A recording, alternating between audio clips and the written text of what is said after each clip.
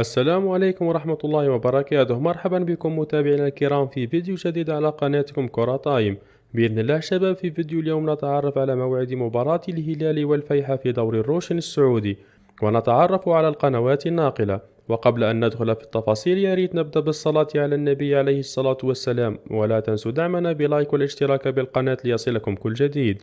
ويدخل قطار الأهلي المباراة بحثا عن مواصلة رحلة انتصاراته التي لا تتوقف، حيث يحتل صدارة دوري روشن السعودي برصيد 50 نقطة وبفارق 7 نقاط حيث يحتل صدارة دوري روشن السعودي برصيد 50 نقطة وبفارق 7 نقاط عن أقرب ملاحقيه النصر.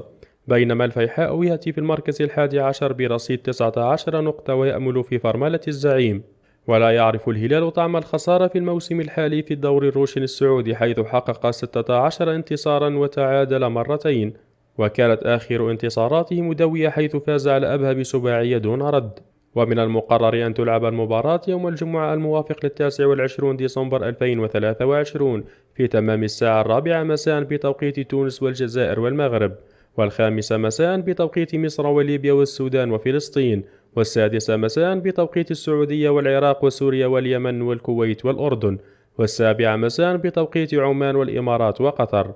وتلعب المباراة على ملعب الأمير عبد الله الفيصل بجدة، وسوف تنقل المباراة على قناة SSC سبورت.